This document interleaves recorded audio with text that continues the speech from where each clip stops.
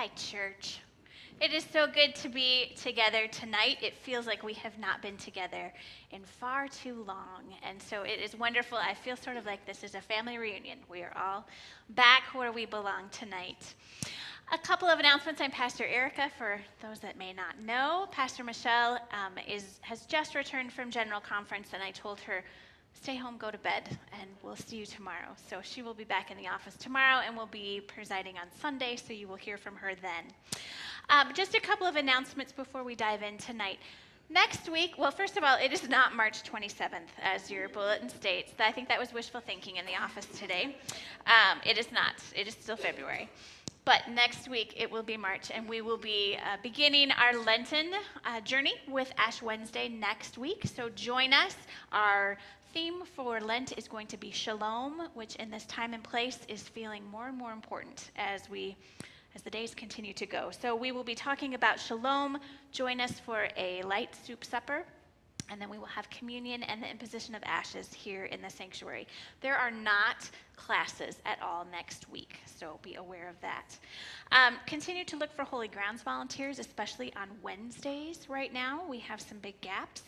And also looking for shelter volunteers. We have our last hosting week starting in one more week. So if you have volunteered before, I will be reaching out to you. If you have not, this is your last chance to try it out before next season. And we're not sure what that's going to look like. You are also invited to fill out a Connect card, and you can place it in the offering plate in the back. I think that's it for our announcements. Before we begin our worship time, I just want to let you know a little bit about what we're doing tonight. So many of you are probably aware, some of you may not be aware, that the United Methodist Church just conducted a special general conference in St. Louis over the last several days. And it was to decide as a body how we were going to address LGBTQ persons in our communities, and looking at ordination and whether LGBTQ individuals could be married in our sanctuaries. It did not go well. From where we stand as a reconciling congregation.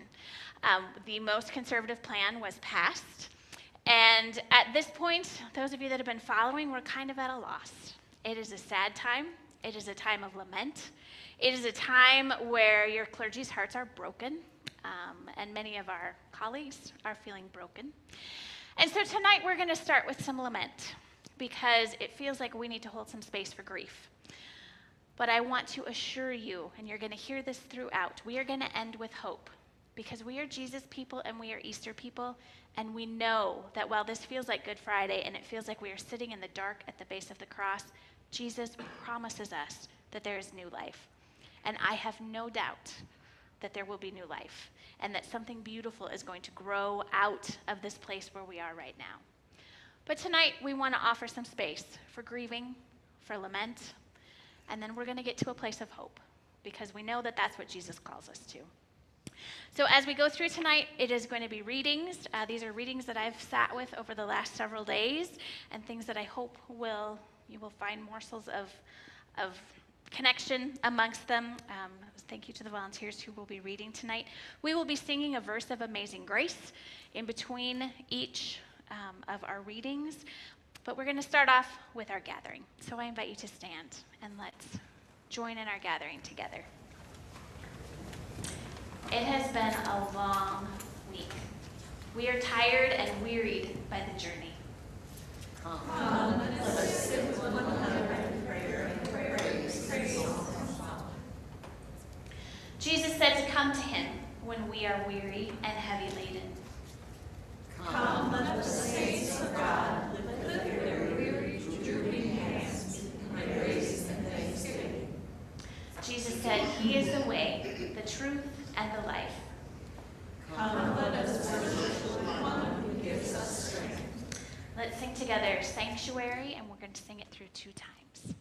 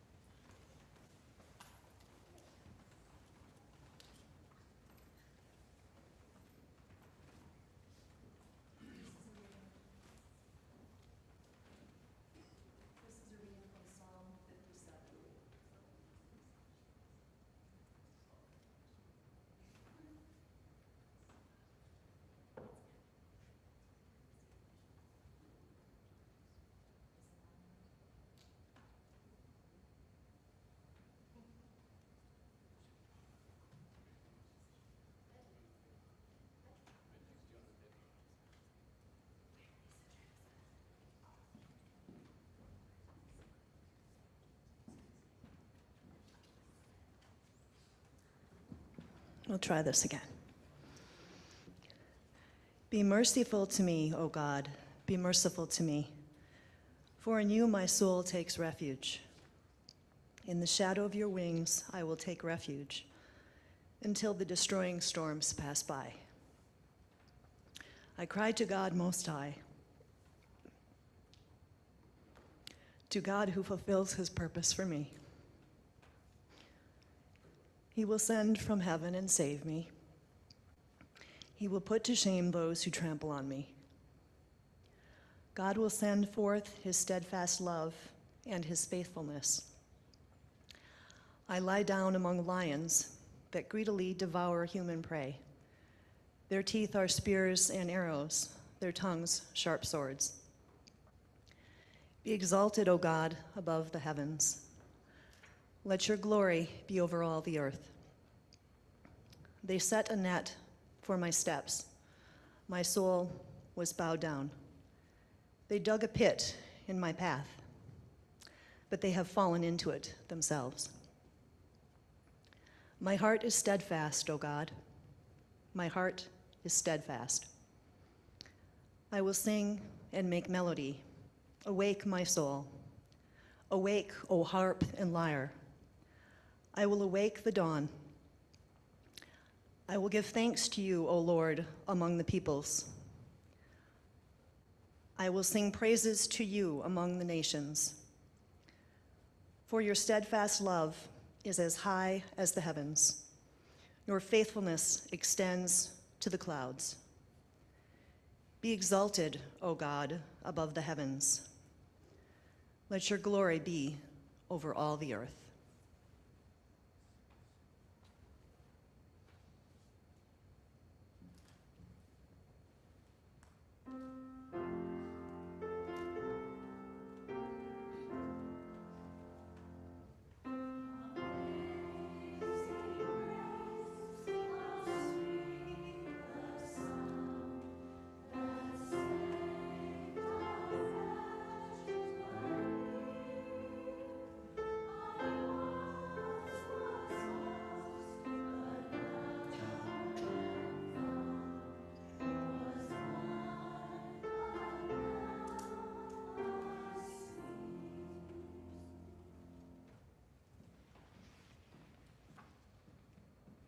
Hear these words from the Gospel of John.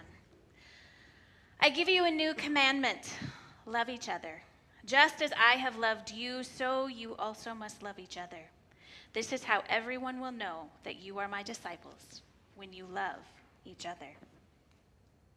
Courage and love go hand in hand, as do courage and fear. Courage is the ability to do something, to face something, to try something when afraid. Courage is the strength to endure pain or grief. Courage comes out of great love that begins with Jesus Christ. One of the biggest fears in life is trying something new or different. Fear overtakes courage when it begins to dictate life. With the love of God through Jesus Christ, courage can push fear to the back burner. Then the love of God dictates life. It is the love of God that says, meet the neighbor. It is the love of God that says, I am enough. It is the love of God that says, try something new. It is good. It is the love of God that says, fear will not win. In this passage, Jesus and his disciples have come together for what will be their Last Supper. They share final moments of wisdom. They are full of love and fear as they find the courage to be together, to learn from one another, and to begin to understand life anew. The mystery of Jesus' death would not give way to fear. Courage would come out of their vulnerability as they talked openly about what was next in their lives. This new commandment is a powerful example of courage in the face of fear. It is a great act of courage to offer a self-sacrificing love. Jesus set that example himself. This great love is meant to be a uniting force rather than an act of division. Whenever courage is needed, it is important to remember two key things. First, life-changing courage comes out of love rather than fear.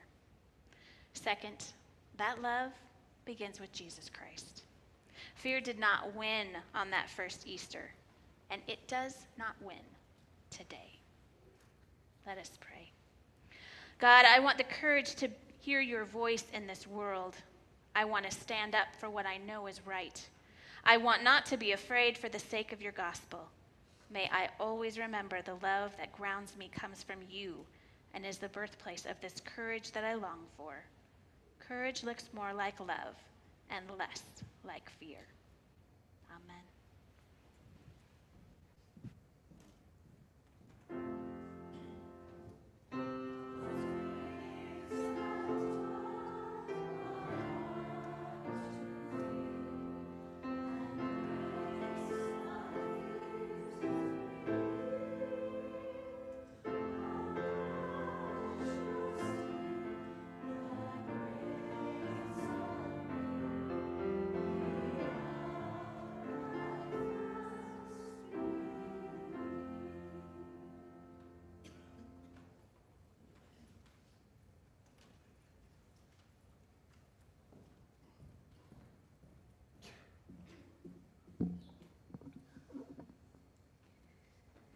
Here's a reading from Psalm 139, 1 through 18. O Lord, you have searched me and known me. You know when I sit down and when I rise up. You discern my thoughts from far away. You search out my path and my lying down and are acquainted with all my ways. Even before a word is on my tongue, O Lord, you know it completely. You hem me in, behind and before, and lay your hand upon me. Such knowledge is too wonderful for me. It is so high that I cannot attain it. Where can I go from your spirit, or where can I flee from your presence? If I ascend to heaven, you are there. If I make my bed in Sheol, you are there. If I take the wings of the morning and settle at the farthest limits of the sea, even there your hand shall lead me. If I say, surely the darkness shall cover me, and the light around me become night, even the darkness is not dark to you. The night is as bright as the day, for darkness is as light to you. For it was you who formed my inward parts. You knit me together in my mother's womb. I praise you, for I am fearfully and wonderfully made. Wonderful are all your works that I know very well. My frame was not hidden from you. When I was being made in secret, intricately woven in the depths of the earth, your eyes beheld my unformed substance. In your book were written all the days that were formed for me, when none of them as yet existed. How weighty to me are your thoughts, O God. How vast is the sum of them. I try to count them. There are more than the sand. I come to the end. I am still with you.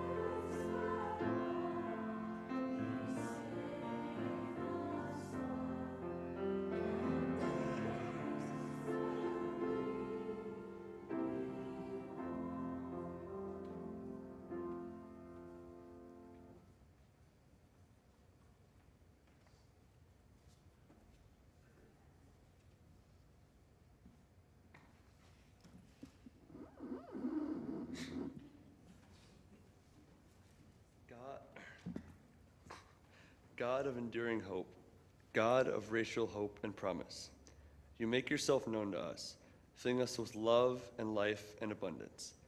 Heal our broken hearts. Grant us courage in the light of hopelessness.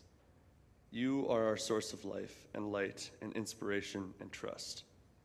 Help us to endure hardship, disappointment, and heartache for the sake of love. Help us to be strengthened in faith and learning. Make our hearts whole, our lives meaningful, and our integrity unbroken. Bind us to the love that created us. Make us yours as you made us. May our lives be filled with welcome and promise for hope renewed. Give us the gift of your light and love. Fill us with your grace. Explore our hearts to the pursuit of justice and love. May we be faithfully stewards of your love, hope, and promise. Amen.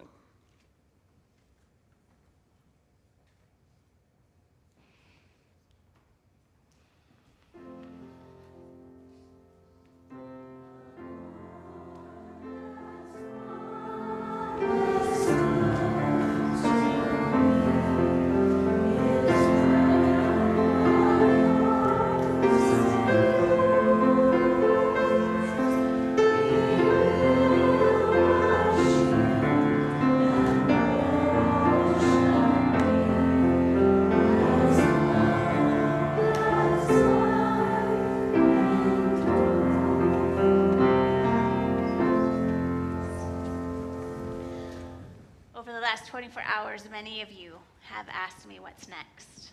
Many of you have said, what does this mean for Centenary? Many of you have said, what does this mean for the church that I have been baptized in and raised in, and now I'm being told I'm not a part of? What I want you to know is that Centenary Church will not change. We will change, but we are going to change for the better. We will remain a reconciling congregation. We remain a church that says all are welcome here and all are loved here. We remain a church that will fight, and we have a lot to learn about what that fight's going to look like. And in the days and weeks to come, we will know what it means for us as a congregation. But I want to assure you that Centenary remains a place where you are welcome and wanted, and where the love of Jesus is for all people. And so tonight, we're going to take a few minutes to light candles. And I encourage you to come up. I know we've done this a couple times in the last few weeks, but for me, there is nothing better than the image of light, because in this darkness, light is what we need.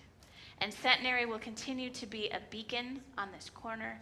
We will continue to be a beacon in the church, to be here for change, to be here for something new, to be here for something that is growing and is flourishing and will be beautiful as it rises up from the ashes of what has been. And so tonight I invite you, if you feel moved to do so, to come up and light a candle. If you can tip the votive into that, we'll save a little bit of the wax on the table space. But I invite you to come forward to make a commitment to fight for justice. I invite you to come forward to shine a light of love and inclusion. I invite you to come forward in grief and in mourning and in hope. The light is ready. And Christy, if you will just play something, can be Amazing Grace or whatever stirs you. So I invite you to come forward and be a spark of light.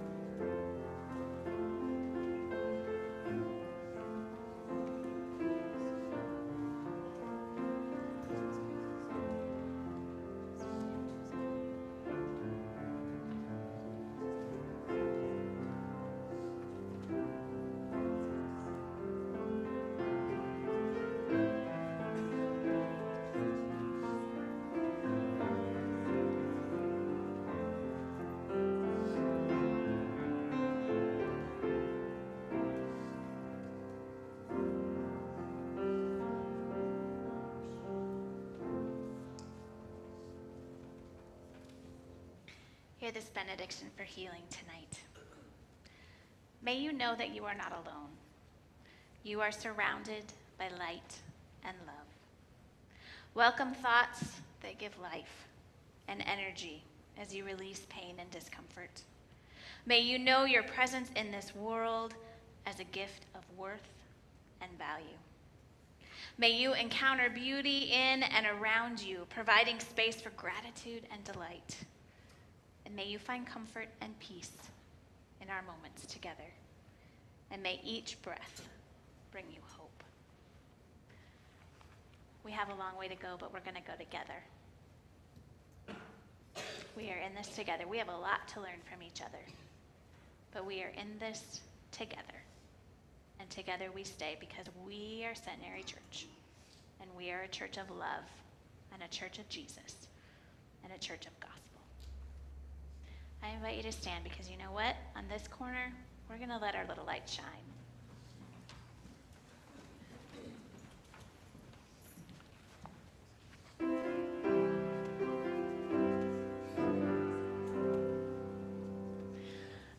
This little light of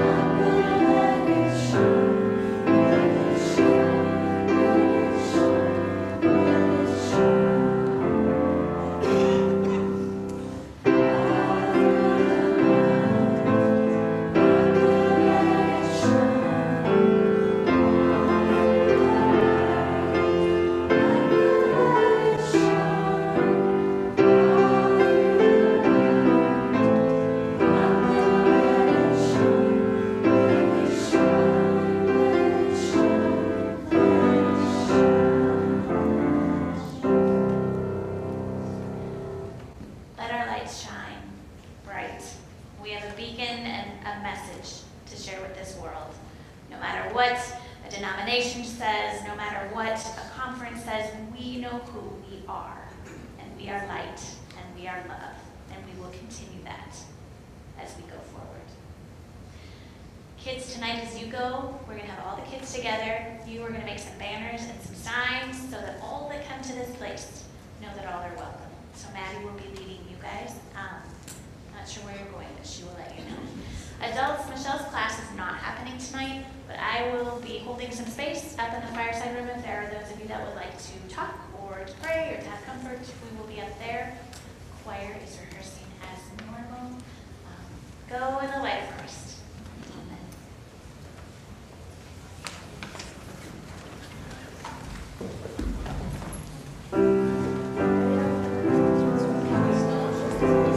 Amen.